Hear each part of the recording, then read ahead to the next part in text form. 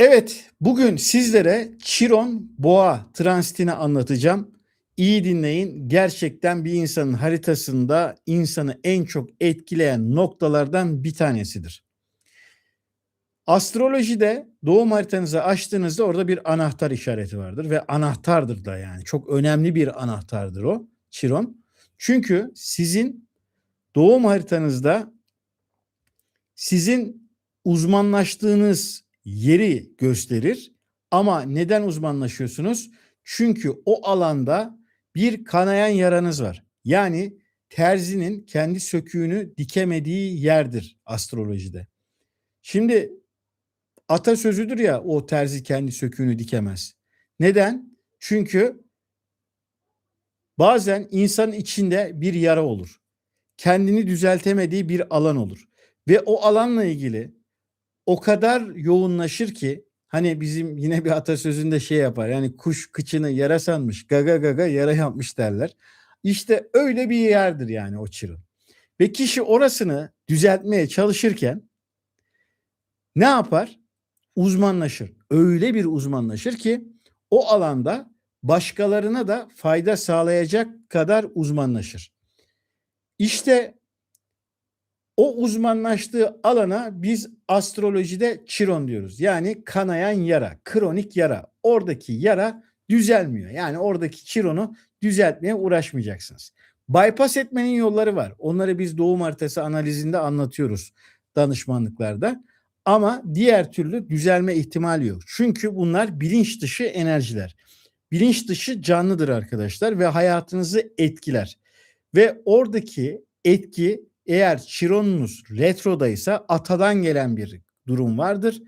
Chiron'unuz S pozisyonundaysa atadan gelen bir değersizlik duygusuyla yüzleşmek zorundasınız. Ve bu enerjiyi bir bypass edebiliyorsunuz. Bir de Chiron transiti aldığınızda, yani 50-55 yaşlarına geldiğinizde o Chiron doğum haritanızdaki, işte Chiron Boğa'ya geçecek. Chiron Boğa'da doğum haritanızdaki o boğa alanındaki o dereceye geldiğinde orada artık bir idrak yaşarsınız ve o idrakle beraber oradaki problem çözülür. Peki bu Chiron bizim hayatımızda bu ne tür bir yaraya sebep oluyor?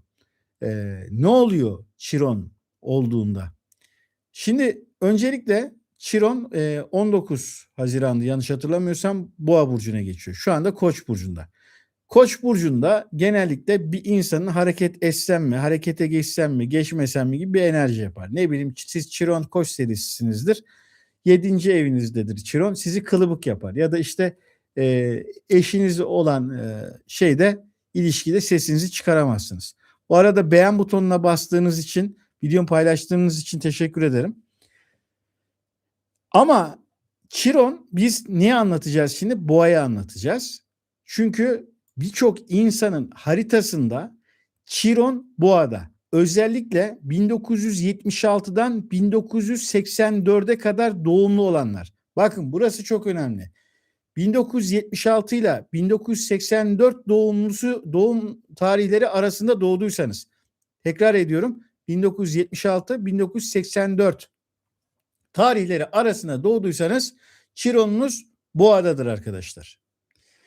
Ve bunlar ortalama şu anda 42 ile 50 yaş arasına tekamül ediyor. Tamam mı? 42 ile 50 yaş arasına tekamül ediyor. Bu kitle artık hayatın yarısıyla hesaplaşma noktasına geliyor. Şimdi hayatın yarısıyla derken bir tane şair aklıma geldi. Adam şiir yazmış, yaş 35 yolun yarısı diye. Adam ertesi günü ölmüş. Yolun yarısında değil, sonuna gelmiş. O yüzden buna yarı demeyelim ama hani o 40-50 yaş durumlarında böyle bir durum oluyor. Ne oluyor? Kronik sorunlar dedik. Bir insanın Chiron'u Boğa burcundaysa, yani az önce bahsettiğim yaş grubundaysa, kişide değersizlik duygusu olur arkadaşlar. Kendi öz değerini fark edemez. Tamam mı? En önemli şey bu. Boğa dünya demek, ölçülebilir değer demek. Bir türlü kendini ölçülebilir değerle bağdaştıramaz. Peki senin doğum haritanda bu ölçülebilir değerle ilgili problem nerede ileri geliyor? Nereden ileri geliyor? Bu arada ben bağırıyor muyum? Sesim size nasıl geliyor arkadaşlar? Onu e, söylerseniz. Bir de sizin de Chironlarınız kaçıncı evde, onları da yazabilirsiniz arkadaşlar. Onları da cevaplamış olacağım. Chironunuz eğer birinci evdeyse ve boğadaysa kendinizi fiziksel olarak güçsüz, değersiz hissedebilirsiniz. Her zaman fiziksel olaraktan bir eksikliğiniz varmış gibi gelir sizlere. Tamam mı? Yani burada ne oluyor? Kuş kıçını yere sanıyor hesabı. İşte şuram mı çirkin, buram mı eksik, işte estetik olarak şunu mu yaptırsam falan. Sürekli olarak fiziksel olarak bir eksiklik hisseder. Yine fiziksel olarak güç düşüklüğü de hissedebilir. Kendinde, yani o fiziksel bütünlüğünde bazen kişilerin problem de olabiliyor.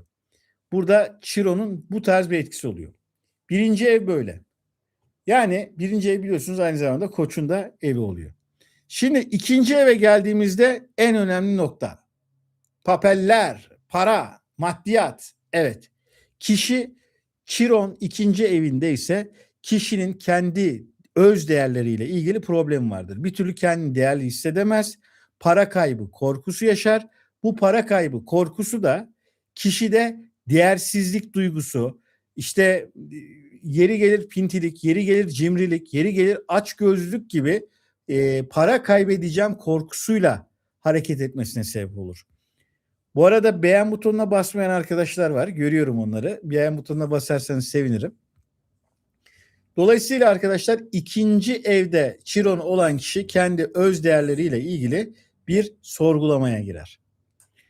Ve kendisi için para kazanmaya çalışır. Bu yeterli gelmez. Ve kendi kazandığı, yani para kazanmanın yollarında uzmanlaşırken başkalarına daha çok faydası olur bu kişinin.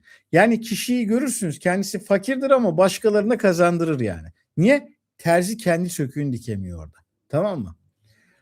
Üçüncü eve geldiğinde burada iletişimle ilgili konular devreye girer. Yani ben bu iletişimi kurarken kendimi yeterli hissetmiyorum, yeterli görmüyorum. Doğru mu konuşuyorum, yanlış mı konuşuyorum? Benim konuştuğum konularla, cümlelerle karşımdaki kişi acaba beni doğru algılıyor mu, algılamıyor mu gibi böyle geri bildirim alamaz. Çünkü bakın başında söyleyecektim, şimdi aklıma geldi. Chiron'un bütün açıları negatiftir. Neden negatif? Çünkü Chiron açıları geri bildirim yapmaz arkadaşlar. Geri bildirim bekliyor. Yani Chiron üçüncü eve geldik, anlattık işte sözleşme, iletişimde eksiklik hissediyor. Dördüncü evde neyi anlatıyor? Aile, yuva, anne baba.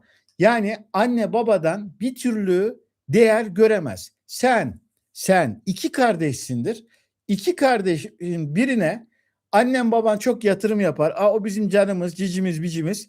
Sen o anne babaya milyar dolar para versen bir türlü yaranamazsın. Sana derler ki sen büyüksün, sen görevinde, sen vermen gerekiyordu zaten. Hiçbir şekilde o anne babaya yaranamazsın arkadaşım.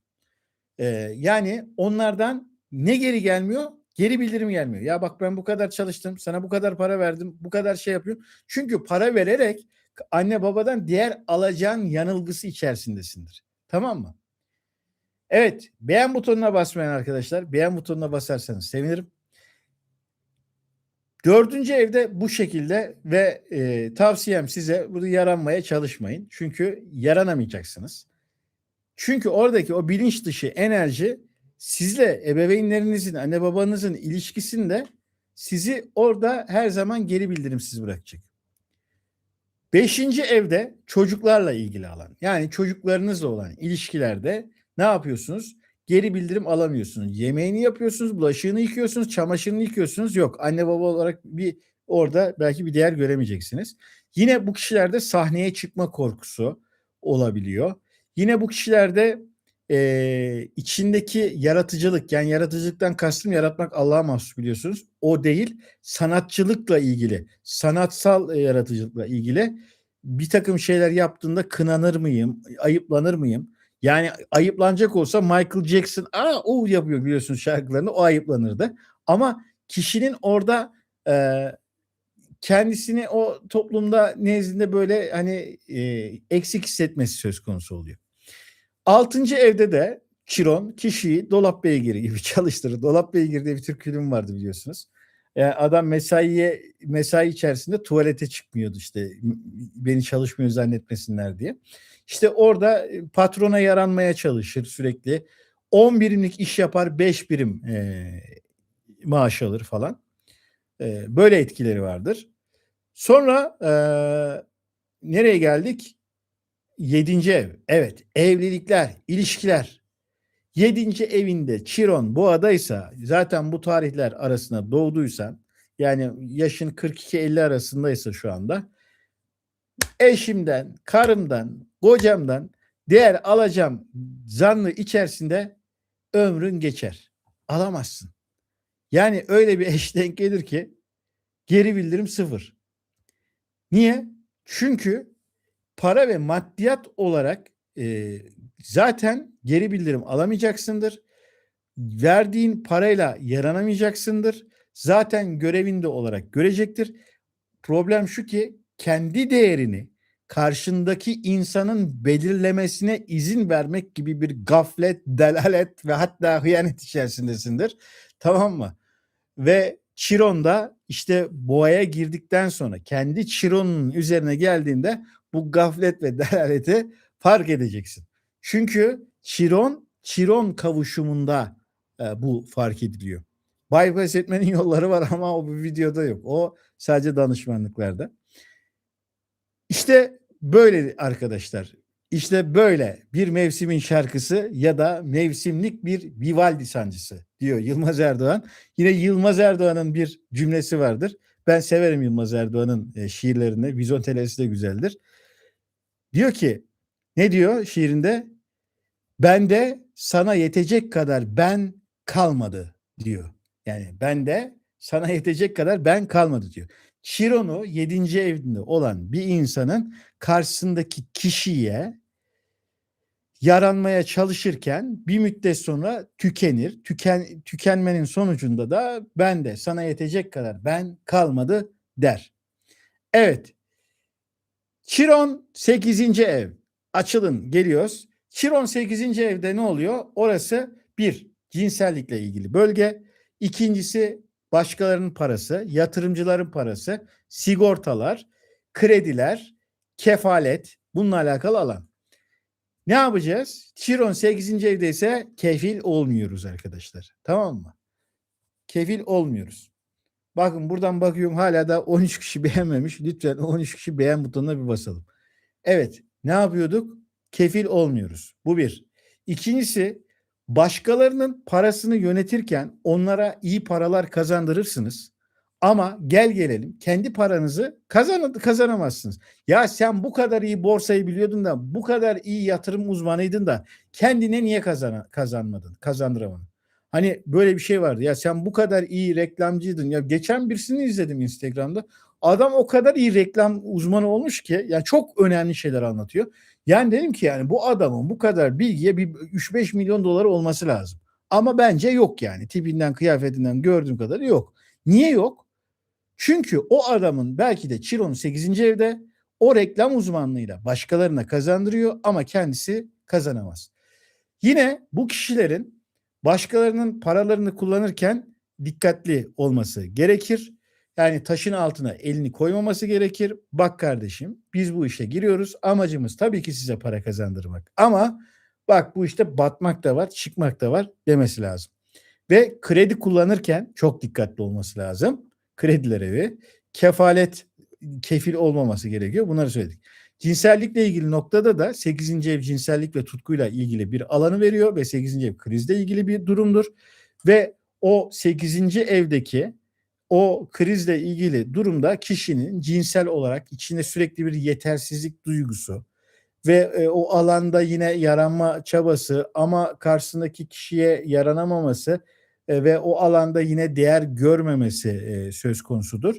Ve zaman içerisinde o kişi de cinsellikte uzman haline gelip ne oluyordur?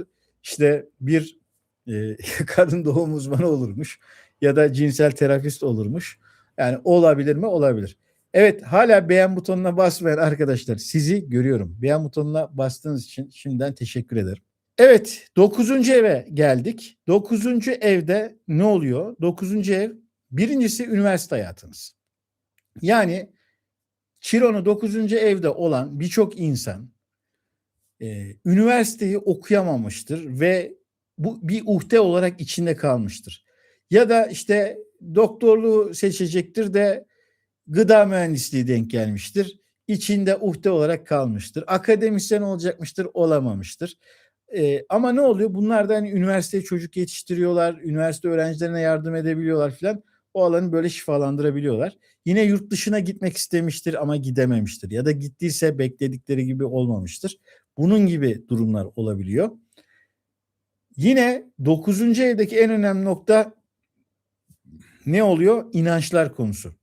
Yani inançlarla ilgili büyük hayal kırıklıklarına yaşayabiliyor. Yani yıllarca savunduğu bir fikrin aslında hayatına hizmet etmediğini fark edebiliyor. Yine gerçekten böyle o inancın bir toplumu ya da bir insanları böyle bir yere getiremediğini, hiç kimseye bir şey kazandırmadığını günün birinde fark edebiliyor. 10. eve geldiğimizde ne oluyor? Chiron 10. evde. Evet, evet, evet, evet. Kariyer, prestij. Bana bankacı desinler, bana doktor desinler, bana bilmem ne desinler. Eller ne der örgütü. Yani sen kendi benliğini yaptığın iş kariyerle bütünleştiriyorsun.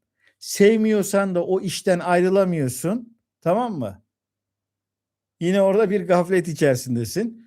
Çünkü yaptığın mesleğin var ama o meslek sen değilsin.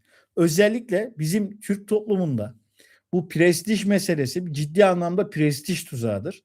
Çünkü örnek veriyorum yani bir bankacısındır. Bankacı olduğun zaman ne oluyor? Gravatlısın falan filan. İşte ben falanca bankadan geliyorum filan.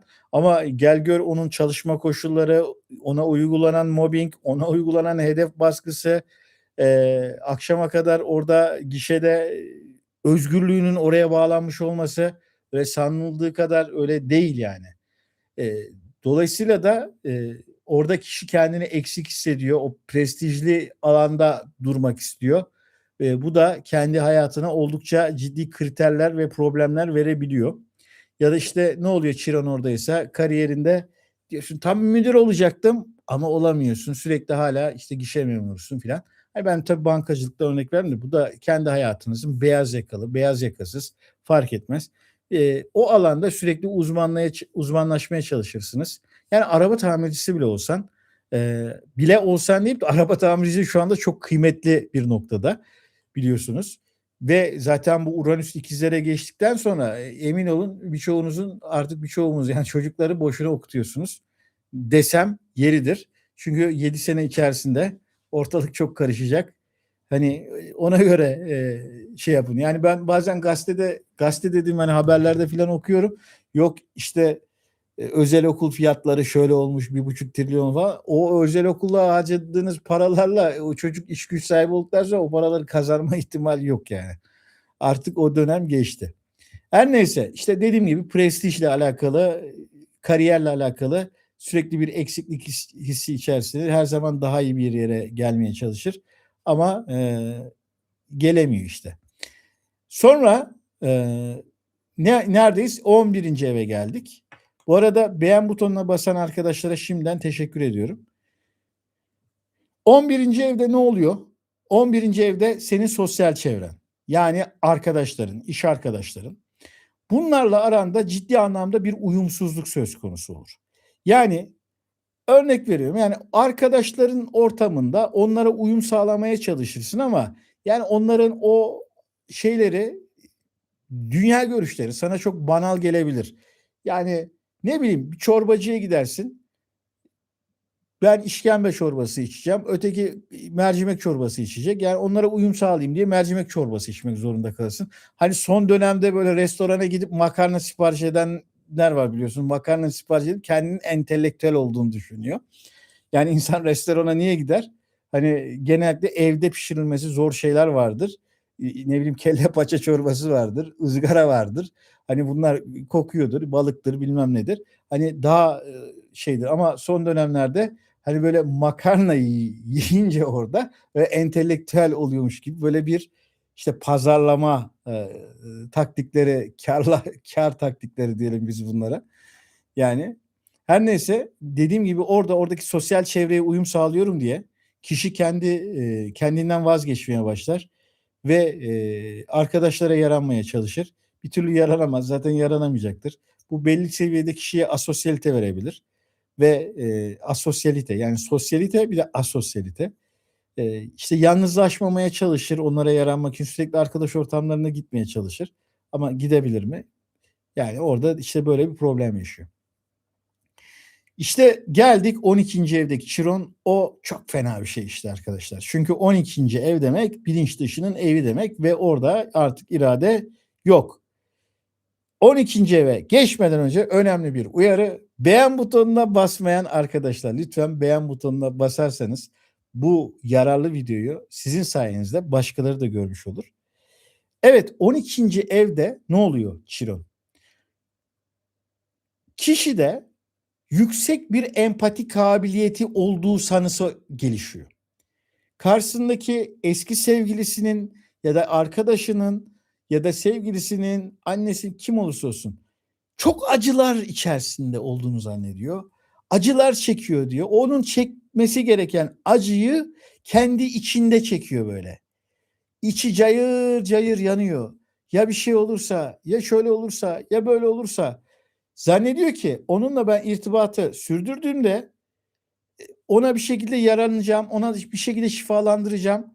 Halbuki onunla irtibatı sürdürdükçe ona daha büyük kötülük yapıyor. Çünkü bu kişi benim hayatımda mı, değil mi? Onu bilmiyor. Bu karmaşada bırakıyor onu.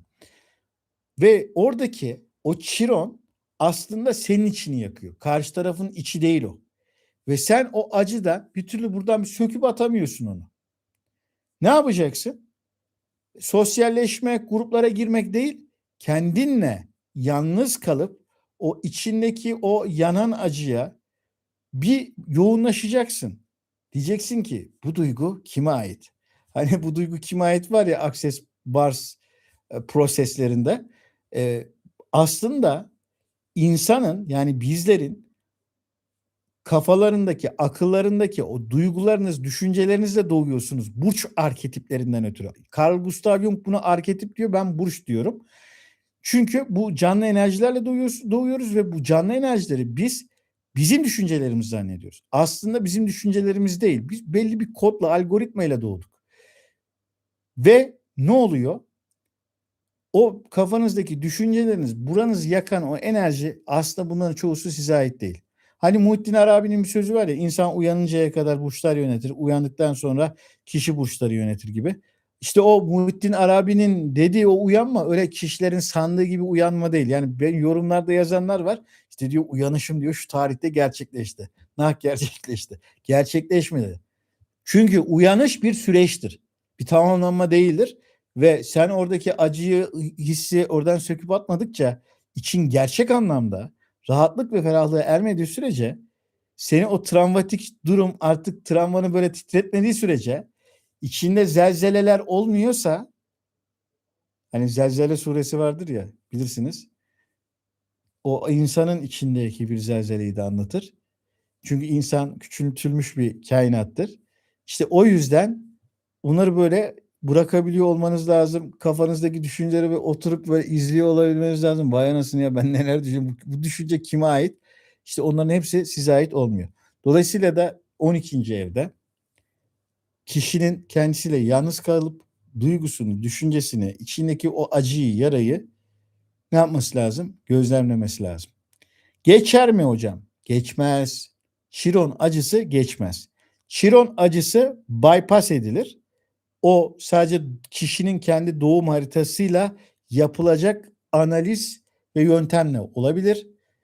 Çünkü herkesin farklı bir yapması gereken işlem oluyor.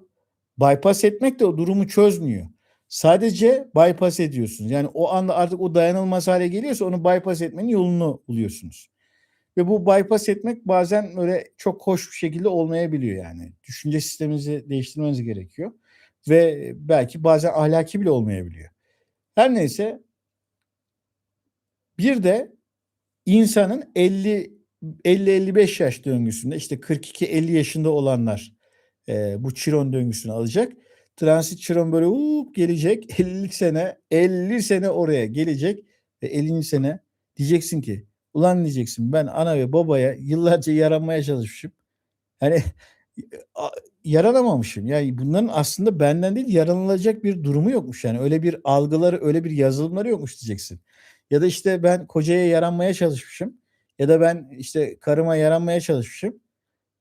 Karım kronik memnuniyetsizmiş diyeceksin. Yani memnun olma kapasitesi, özelliği yokmuş diyeceksin yani. Yani böyle bir özelliği olmayan bir insanı ben nasıl memnun edebilirmişim ki diyeceksin. Neden? Çünkü yani memnuniyetsizliğin altında şükürsüzlük yatıyor temelde. Ya insan hani Allah'a şükretmesi lazım zaten. Çok mükemmeliyetçi insanlar şükürsüzdürler arkadaşlar. Çünkü hep bir şeyler eksiktir onlar için. Yani sen ne yapıyorsun? Tofaş'a Ferrari motoru takayım, bir 250 basayım diyorsun. Yok, yok. Karşı taraf o kapasite yok. Ama bunu anlamıyorsun yani. Anlamıyorsun oradaki Chiron'dan kaynaklı. Evet, hala videomu beğenmeyen ve burada olan arkadaşlar var. Lütfen videomuzda beğen butonuna basalım. Bu güzel bilgileri yararlanmak isteyen, kendi hayatlarında faydası olmak isteyen insanlar olabilir. Onlar da duymuş olur arkadaşlar. Beğen butonuna bastığınız için teşekkür ederim. Şimdi sizlerin yazdıklarına yoğunlaşıyorum. Tamam mı? Şuralarda gözlüğümü bulursam vallahi heyecan bastı şimdi böyle sizlerle konuşurken. Nereye koyduğumu da göremedim. Burada okumaya çalışacağım. Okumaya çalışırken biraz yaklaştıralım. Evet. Şimdi ilk soru gelmiş. Nurdan Hanım demiş ki Chiron Boğa'da 5. evde. Ve yine Ayşegül Hanım da demiş Chiron Boğa'da 5. evde. Chiron Boğa'da 5. evde kişi aşk hayatında, çocuklarla ilgili alanda kendini yetersiz hisseder. Ve bu yetersizlik duygusuyla boğuşur. Daha fazla değer görmek ister. Mesela sevgilin olur, tamam mı? Yani ben niye sürekli zengin sevgili bulamıyorum? Niye bana züğürt adamlar geliyor falan? Hani ben daha değerliyim gibi ölçülebilir değerler arzusu içerisine girebilir. Kendi değerini maddiyatla ölçme potansiyeli olur. O yüzden hani böyle Chiron Boğa'da 5. evde ben bir zengin sevgili bulayım dememelisiniz. Yine burada çocuklardan geri bildirim olmayabilir. Az önce bahsettiğim sanatla ilgili konular. Şimdi yine Chiron Boğa retro, burada da karmik durum göstergesi. Atalardan gelen tabii bu atalardan, ama hangi atadan, yani olay neydi, ne için geldi, buna bakmak lazım. Orada ya sevgilisinden değer görmeyen bir ata da olabilir. Yine çocuklarıyla alakalı problem yaşamış bir kişi de olabilir. Bunu tetikleyebilir. Yani bunun karmik açılımı doğum haritanızda bakmak gerekiyor. Çünkü oradaki Chiron'un bulunduğu evin yöneticisi ve yöneticisinin bulunduğu ilişkilerle bakmak gerekiyor ki oradaki karmik durumu görmek lazım. Evet, Meryem Hanım demiş ki Chiron'um 12. evde. Az önce anlattık. Az önce anlattığım gibi orada kendi içindeki o yangını gözlemlemelisin. Kendinle baş başa kalabilmelisin. Chiron 3. evde Koç'ta demiş Vildan Hanım.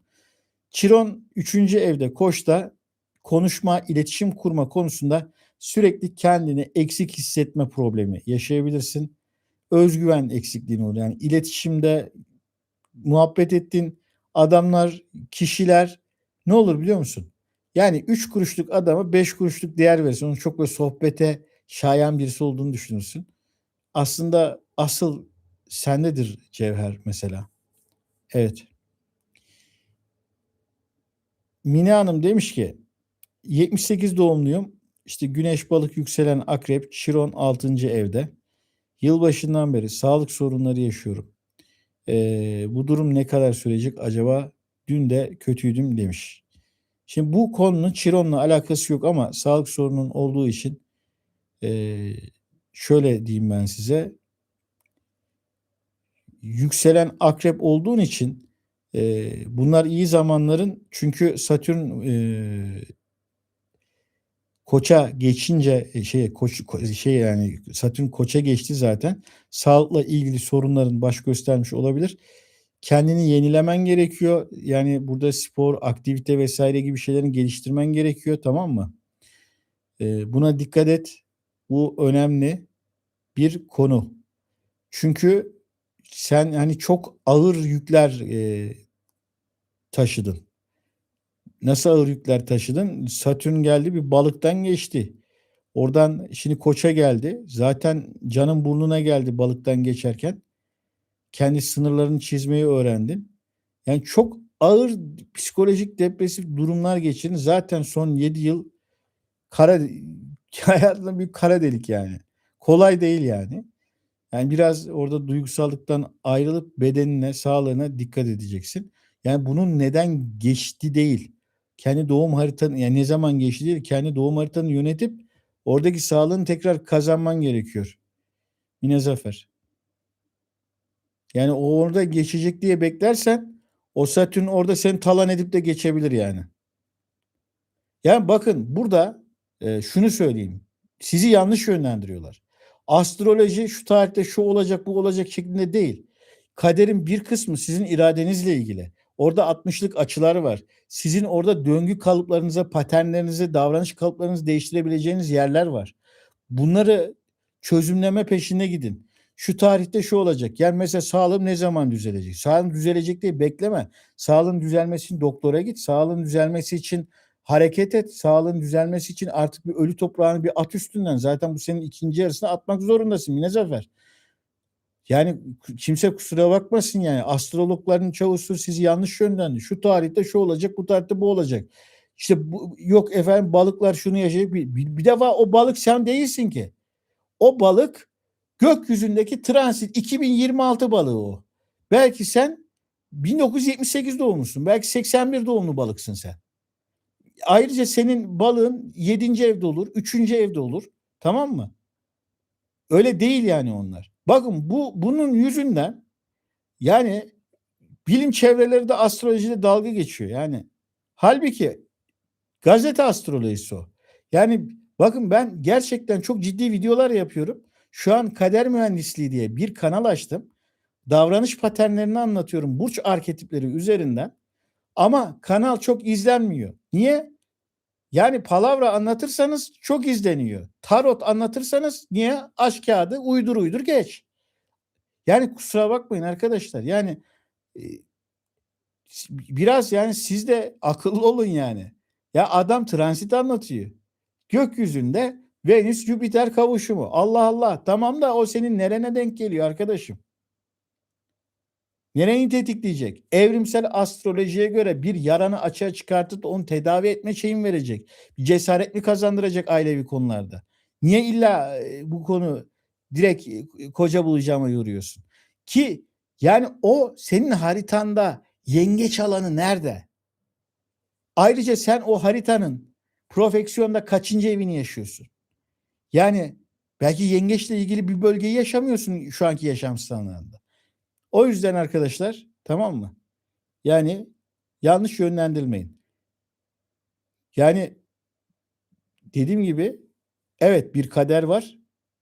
Ana algoritmanız, ana davranış patern kalıplarınız, ama bunları düzeltebilirsiniz, tornadan geçirebilirsiniz.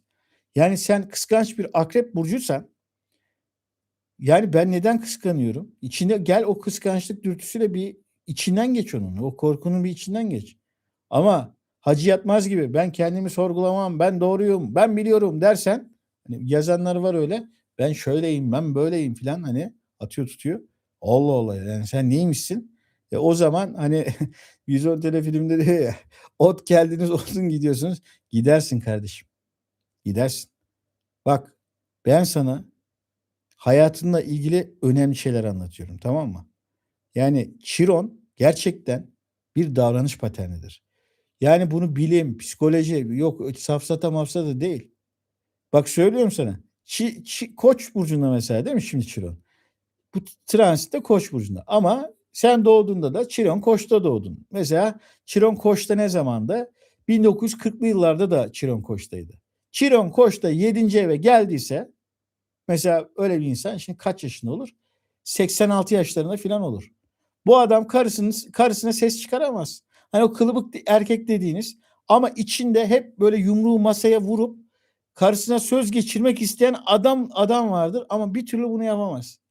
Karı gidecek, terk edileceğim diye bir korkusu olur. Tamam mı? Yani ama paterni değiştirirsin. Vurursun yumruğu, karı giderse gider. Ama mesele orada karının gitmesi değil ya da kocanın gitmesi değil. Mesele kendi içindeki mesele. Mesele derin mesele. Hani var ya rahmetli şeyin şarkısı meselem bir sevda türküsüdür meselem. Aşkımın öyküsüdür meselem. Alın yazım gibidir meselem diyor. İşte alın yazısı kader oluyor. Hatta bu alın yazısıyla ilgili bir şey anlatayım. Şimdi bizim kader mühendisi kanalımız. Onun bir de İngilizce versiyonu var. Şimdi İngilizce'de fatal kelimesi bizim değişmez kader anlamında. Değiştirilebilir kader de destiny arkadaşlar. Tamam mı? Ama Türkçe bir çeviriyor tek bir kelime kader. Tamam mı? Ondan sonra mesela yani bizim Türkçe'de değiştirilebilir kader ve değiştirilemez kader diye iki ayrı kelime bile yok yani. Buralardan da film kopuyor. Tamam mı? Ondan sonra bir de kader. Ya kader de sen kaderini biliyor musun? Yani yani bir değiştirebildiğin şeyler nasıl değişecek? Kaderini değiştirmen için karakterini değiştirmen lazım. Karakter değiştirmek demek karakterini evrim geçirmen lazım. Karakterine evrim geçirirsen davranışların, düşüncelerin değişecek. Düşüncelerin değiştiğinde davranışların değişecek. Davranışların değiştiğinde eylemler değişecek. O eylem değiştiğinde kaderin değişiyor. Tamam mı? Ama sen bir şeftali ağacı olarak doğduysan şeftali olarak devam edeceksin. Ama verimli, sulu, güzel bir şeftali olursun. Ya da enik cücük böyle gölgede verimsiz isyan eden bir şeftali olabilirsin. Ama mesele güzel yaşamak. Tamam mı? Şimdi devam edelim. Umarım faydalı olmuştur söylediğim şeyler hepiniz için. Evet, beğenmeyen arkadaşları görün. Beğen butonuna basarsanız çok sevinirim. Şimdiki Chiron 3. evde Koç'u cevapladık. Sağlık problemlerinizi cevapladık Mine Zafer. Chiron Boğa 6. evde aynı şekilde iş yerinde değer görememek, 10 birimlik iş yapıp 5 lira almak. Yine burada psikolojik sorunlar da yaşayabilir kişi. Yani değer problemleri yaşayabiliyor. Yine sağlıkla ilgili bir yetersizlik yaşayabiliyor. Orada da yine daha çok hani rutin çalışma hayatı olarak bakarsanız öyle oluyor. Sağlıkla ilgili de dediğim gibi fiziksel bütünlüğe dikkat etmeli. Chiron Akrep 5. evde. Aha bu. Ne oluyor? Problem var. Neyde problem var? Akrepte problem var. Akrep nerede? 5. evde. 5. ev ne? Aşk. Aşkta yetersizlik duygusu. Kişide Chiron Akrep 5. evdeyse bu kişi sevgilisine yaranmak için kendini yakabilir arkadaşlar. Ya hep ya hiç filan. Hani aşk noktasında filan. Yine çocukları için gözü çok dönebilir. Buraya dikkat etmek lazım da hani Chiron Akrep serisi bayağı eski bir seri. Evet, devam edelim. Hocam 10. evde Chiron kavuşumu yaşıyorum. 10. eve geldiğimizde biraz bahseder misiniz? Evet, 10. ev aslında çok detaylı anlattık. Bu canlı yayının başında var. Canlı yayını başa alırsanız e, orada yani prestij tuzağına düşmemek lazım arkadaşlar. Bakın 10. ev kariyer, prestij, meslek demek, tamam mı? Şimdi bir Belçika'da, bir Almanya'da bankada çalışıyorsunuz. Hani banka olarak anlatayım. Bütün sektörler öyle yani. Genel anlamda. Bankanın müdürü 2500 euro maaş alıyorsa Bankanın çaycısı 2.300 euro maaş alıyor. Normal görevlisi de 2.400 euro maaş alıyor. Bunların aralarında 100-200 euro fark var. Ve mesai bitiminde karşıdaki bara gidiyorlar. Karşıdaki kahvehaneye gidiyorlar. Karşıdaki Starbucks'a gidiyorlar. Tamam mı? Oturuyorlar, çay kahve içiyorlar. Çünkü onların aldıkları maaş kendilerinin sosyal statü olarak, insan olarak değiştirmiyor. Çünkü günün sonunda da o yönetici o vasfı yerine getirecek. Oradaki eleman yönetilmesi gerektiğini, yönetici de yönetmesi gerektiğini biliyor. Tamam mı? Ama bizde öyle değil. Yönetici deyince biliyorsunuz işte 3-5 yerden maaş alan kişiler çıktı son dönemde.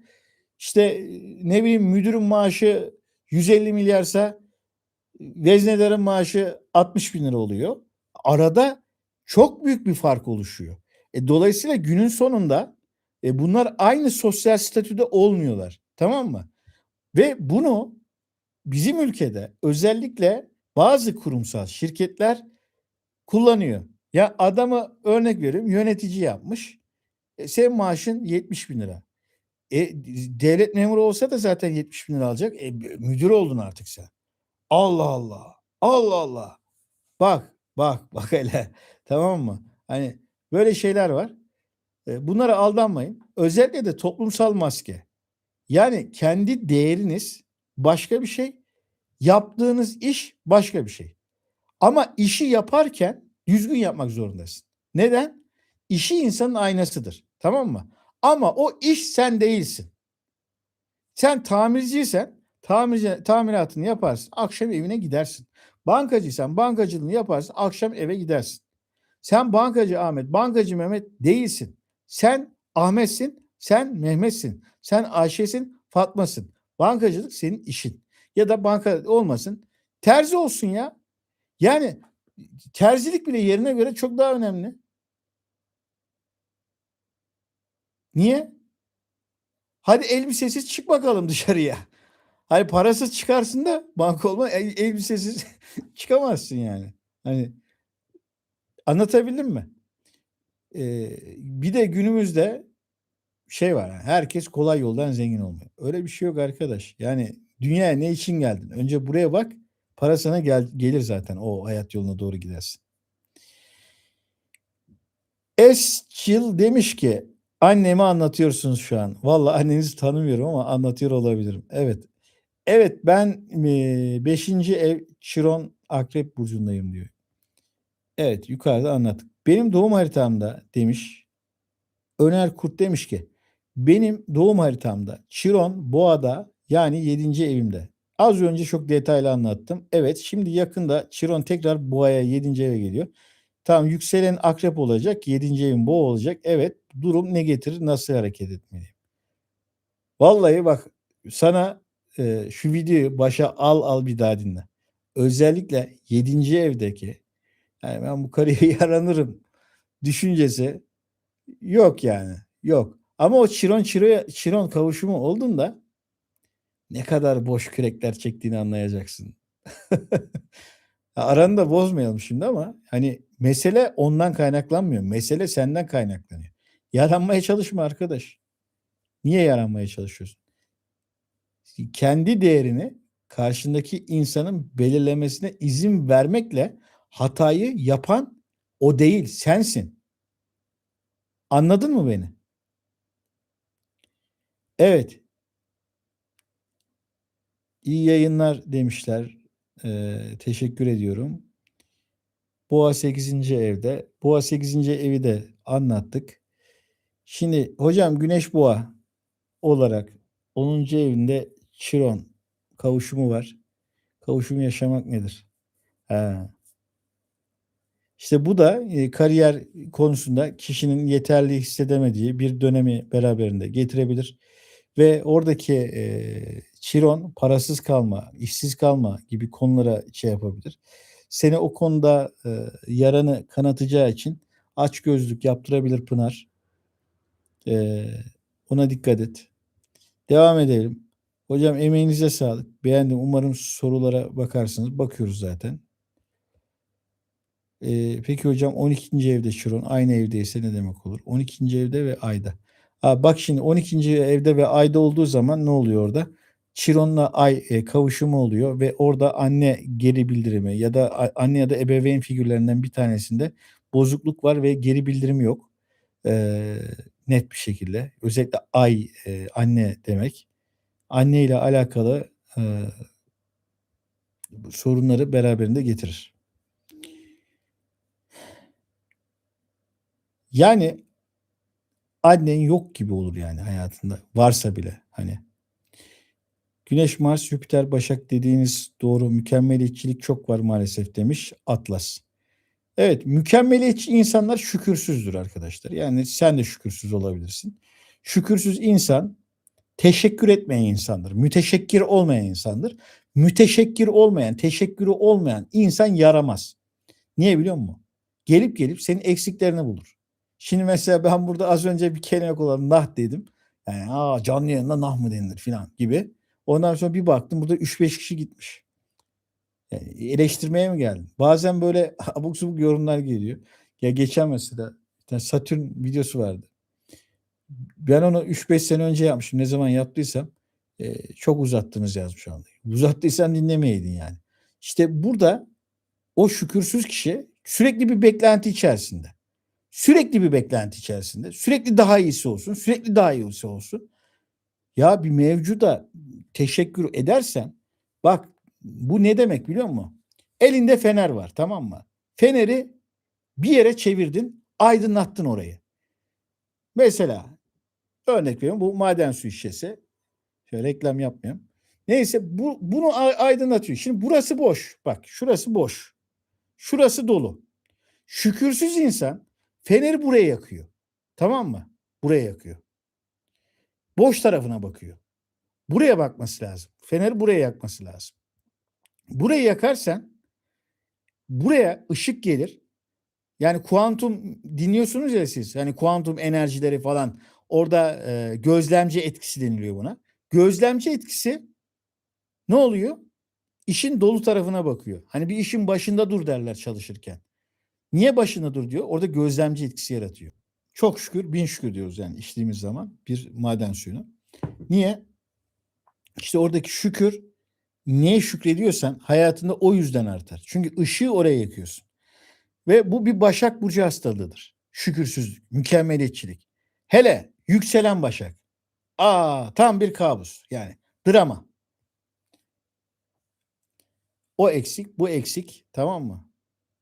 Ya dört dörtlük hayat yaşayan olduğunu zannedeniniz var mı ya? Yani biliyorsunuz yani Koç'un Sabancı'nın da paraya ihtiyacı var hani. Yani öyle bir şey yok. Herkes kendi kaderini bir noktada yaşıyor ama iyi yaşayın yani. Evet, devam edelim. Ya bugün aslında var ya güzel canlı yayın oldu. Yani ben de bu kadar bu saatte açtım. Katılımda bu kadar beklemiyordum. Ama hakikaten keyifli oldu. Yani şu ana kadar yaptığım en keyifli canlı yayınlardan bir tanesi. Bir de geçen sene 2025 yılında Uranüs ikizler miydi neydi?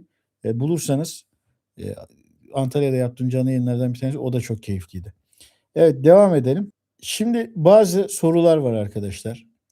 Ee, Mesela Sema Hanım demiş ki e, Mayıs doğumluyum. Yükselen Oğlak. Hem grip hem ülser aktif kolit atakta ne zaman şifa gelir? Ne zaman şifa gelir değil. Mutlaka doktora gideceksiniz. Tıbbi yardım alacaksınız ama bunun astrolojik örüntüsünü istiyorsan inatlaşmakla aşırı derece tutmaya çalışmaktan kaynaklanıyor rahatsızlık. Tutmaya çalışma, bırak serbest yani gönder. Yani bir şeyi bıraktığın zaman elinden çıkacak veya bir daha geri gelmeyecek korkusu var. Hani astropsikolojik yönden onu söyleyebilirim. Burada psikolojik bir şey söylemiyorum. Ben astropsikoloji olarak bakıyorum olaya. Tamam mı? Bununla alakalı doktora zaten git de bir de psikoloğa da git. Neden o bırakamıyorsun? Neden bırakamıyorsun? Neden biriktiriyorsun? Hani buraya bir yoğunlaş. Bunu niye söylüyorum? Tıbbi yardıma ihtiyacınız varsa hiçbiriniz astroloğa gitmesin yani. Yani ben çok gerçekten iyi psikoloji bilirim ama benim mesela psikolog danışanlarım da var, arkadaşlarım da var, öğrencilerim de var. Öyle bir durum olduğu zaman ben onlara yönlendiriyorum. Yani astrolojik danışmanlık almak için bilinçli olmalısınız. Hafızanız, kafanız yerinde olmalı. Ondan sonra, işte tıbbi problemleriniz varsa da onlar doktora gideceksiniz. Tamam mı? Öyle şey yapmayın. Ben mesela hacamata da karşıyım. Yani yok neymiş efendim kirli kanı atıyorlarmış filan. Ya kirli kanı niye atıyorsunuz? Kan kirli olur mu ya? Kan kirli olursa zaten vücudun alerjen başlatır. Yani ateşin çıkar. Zehirleniyorum diye vücut şey geliştirir yani. Ta Engizisyonculardan kalma bir şey yani. Onu da getirip İslam'la birleştirip yok sünnet hadisli falan diye anlatıyorlar. Öyle şeyler ben yapılmasına karşıyım abi. Net. Atlas demiş ki annem babam 10 yıldır ayrıydı. Bu haritayla yansır mı? Yansıyabilir. Üçüncü ev sanıyorum. Dördüncü evde olabileceğini gösteriyor. Evet. Dördüncü evde olabilir. Ama burada onların ayrılmış olması değil, senin onlardan diğer görüp görememenle ilgili Atlas. Devam edelim. Yani onların ayrılıp ayrılmamaları başka bir şey. Anadolu yarenleri. Hocam iyi yayınlar. Teşekkür ederim. Zeynep hoş geldin. Sana da selamlar. Chiron Retro Boğa. Selda Hanım demiş ki Chiron Retro Boğa 8. evde sıkıntılı. Venüs ise Aslan'da. Evet çok güzel. 11. evde Kuzey Ay düğümü ile kavuşuyor. Yani bu Venüs yönünden çok şanslısın Selda. Ee, Gerçekten. Chiron döngüsünde nasıl davranmalı? Yani Chiron döngüsünde nasıl davranmalı? Venüs'ün bulunduğu pozisyon senin için iyi bir yani şans diyeyim yani gerçekten. Yani cevabı söyleyeyim mi sana? Nasıl davranman gerektiğini? Çözmüşsündür ya. O Chiron zaten oraya geldiğinde sen onu anlamış olacaksın. Buradan söylemeyeyim sana. Bir tane cevabı var ve her şeyi çözüyor. Evet. Şahnur Karataş demiş ki ya şimdi niye söylemiyorsun hocam diyeceksin. Niye yani burada var şimdi 8. ev özel konular var yani. Herkese her şeyi böyle orta yerde anlatamayız yani. Anlayışlı olun lütfen. Evet. Chiron Boğa 11. evde yorumlayabilir misiniz? Yorumladık Chiron Boğa'yı.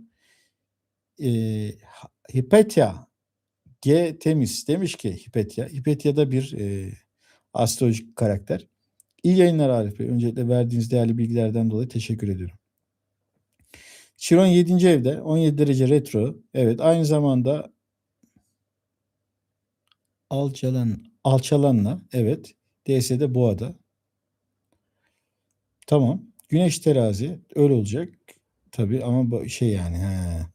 Vallahi şimdi sen Güneş terazi yükselen akrep olarak 7. evinde de Chiron retro hayatın karşındaki kişiden değer almaya çalışmakla geçer Hipatya. Hayatın yani karşı tarafa o kadar çok vermişsindir. Kendinden vere vere kendin kalmamışsındır ve gerçekten sıkıntılı. Bir de hani Güneş de terazi olduğu için iyice zaten orada zor olmuş senin için. Yani bu aşk hayatı başa bela yani senin. İşte söyledik yani az önce 7. evde. Kendi diğerine karşındaki kişiye belirlemesine izin vermemelisin. Başka ne diyelim? Mars, Venüs, Plüto 7. evde yayda Güneş Akrep yükselen ilişkilerimize yüzüm gülmüyor. Ben de kendimi severim diyor Şeyma. Şimdi şunu söyleyeyim. En çok bu Chiron Boğa kimi etkileyecek biliyor musunuz? Aşk ilişkilerinde yükselen akrepleri çok etkiliyor.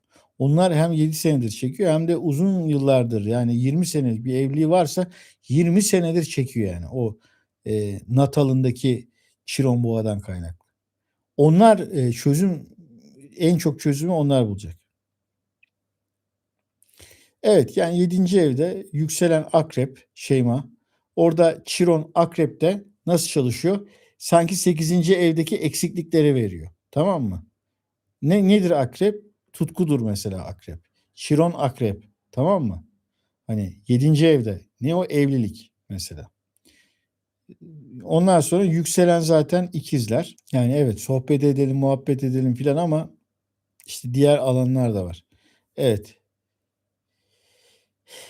Selda demiş ki Chiron koçum. Evet, Chiron koçsun. Selda 29 derecede Chiron ve Selda Yücesoy bu Chiron transitinden kurtuluyor ve hayatında bu konudaki birçok şeyi çözmüş olarak kurtuluyor. Evet, Halime demiş iyi geceler. 7. ev boğa, güneşim akrepte, 5 tane gezegenin akrepte, yükselenin terazi. Kötü günleri atlattım. Şimdi sıra daha kötü günleri atlatmaya geldi diyor. Niye öyle diyorsun ya Halime? Yani evet, 7. evde boğa güneşin varmış. Akrepte 5 tane gezegenin varmış. Yükselenin teraziymiş. Evet, yani senin hayat hikayende yine evlilik artı bu vericilikten kaynaklı. Verdiğim kaynaklar elimden gitti ya da hani çok fazla ekonomik anlamda karşı tarafa verdim de beni sömürdü gibi düşünüyor olabilirsin ama Halime, senin zaten şu verdiğin kombinasyonla hayattaki ilk sınavın bu statüko, maddiyat, parayla ilgili bir açgözlülük. Hangi konuda? Evlilikle ilgili bir konuda bunu yaşayacaktın. Yaşamış olma ihtimali çok yüksek. Durum bu. Bunları biraz da hayatına kendin çekiyorsun. Belli bir şeyden sonra da aşırı vericilik yapmışsın. Bu seni aslında çok ciddi anlamda geliştirmiş. Hatta erdirmiş yani. Böyle bir boğa burcunun eli açık olması, verici olması, o boğa burcunda çok büyük açılımlar yapar arkadaşlar. Erer yani. Çünkü o anın canını al parasını almaya ve o veriyor. Yani şey zannediyor böyle 3-5 fakire yardım eder bu burcu, tamam mı? Ama ben herkese yardım ediyor. Elim açık falan. Halbuki ona iyice bakmıştır. İşte bunu ne için harcıyor? Yemek için mi alıyor? Nafaka için mi alıyor? Eğlence için mi alıyor? Eğlence için alıyorsa vermeyin falan. İşte öğrencisi için alıyor. Öğrenci de yemek için alsın filan. Hani yani böyle şeyleri vardır. Hani nedir? Bir şey yardım ettiğin zaman sağ elini verdiğin sol elini görmeyecek yani. Unutacaksın, arkana bakmayacaksın. Yani şimdi biz insanlar olan olayları ve nesneleri oldukları gibi değil de olduğumuz gibi görürüz. Yani Boğa burcu böyle davranıyor. Zannediyor ki herkes de benim gibi. Hayır, değil. Değil. Mesela terazi burcunun eli çok açıktır yani. Açıktır derken savruk anlamında değil yani. Yani ben size bir şey söyleyeyim mi? Zengin koca aramak yerine, hani bazıları için söylüyorum tabii. Gerçekten gönlü açık, sizinle beraber zengin olabilecek, sizinle beraber bir hayat paylaşabilecek insanlara bakın. Eee, yani özellikle bu Plüto terazi kuşağı bazıları ikinci evlilik falan arıyorlar, tamam mı? Yok, siz orada da aynı kişi, yani sadece kişiler değişecek, aynı şeyle yüzleşeceksiniz. Yani bazıları tabii. Evet. 12. evimde Çiro ve Ay var. Ona baktık. Eee, bu ne abi? Sayfalar Boğa'da. Evet. Chiron Boğa 10. evde, 11. evde. Ne demişsin ya? Chiron Serenity. Chiron Boğa 10. evde. 11. ev girişinde. Tamam, 10. evin sonunda. Uranüs'le karşıt. Güneş ayıma kare. Ölür müyüm? Ölmezsin. Niye öylesin? O bir ölüm açısı değil. Bir de böyle bir safsata var yani. Transit Chiron'un sizin böyle aşırı etkileyecek. Tamam mı? Ya transit Chiron Boğa'ya geçtiği zaman haritanızın Boğa bölgesini etkileyecek. Yani öyle çok büyük bir şeyle etkilediği falan yok yani onun. Onun orada Chiron'la kavuşumu etkileyecek. Çünkü astrolojide şöyle bir kural vardır. Büyük küçüğü etkiler. Küçük büyüğü etkilemez. Mesela şimdi bu gezegenler tavaf ediyor ya, dönüyor ya. Dışarıdan dönen içeridekini etkiler. Tamam mı? Mesela Plüto dışarıdan dönüyor. Venüs içeride. O Plüto o Venüs'le kavuştuğu zaman Plüto Venüs'e etkiler. Anladınız mı? Kaldı ki Chiron bir asteroid. Gezegen de değil. o Chiron'un çalışma şekli biraz Satürn'üze de bağlı. Mesela bak, bu Satürn'ün işte Chiron'un Jüpiter mitolojisi vardır. Tamam mı? İşte mitolojide gelmiş mitolojik vatandaş gelmiş, kadına tecavüz etmiş. O tecavüzden bir çocuk doğuyor. Zaten hayvan kılığında girip tecavüz ediyor filan. Ondan sonra kadın utancından ıhlamur ağacına dönüşüyor. Niye ıhlamur ağacına dönüşüyor? Orada karın bölgesi yani. O ıhlamur o karın bölgesine iyi geliyor. Yani içinize attığınız şeyler var ya karnınızda. Yumruk yemiş gibi hissetmek, değersiz hissetmek. O ıhlamur ağacı ilişkisi oradan ileri geliyor.